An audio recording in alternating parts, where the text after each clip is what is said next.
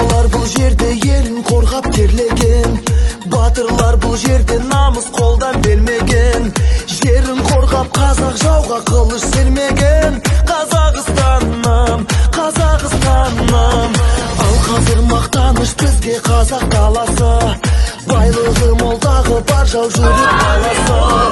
Арманға бастаған туым Қазақстаным, Қазақстаным.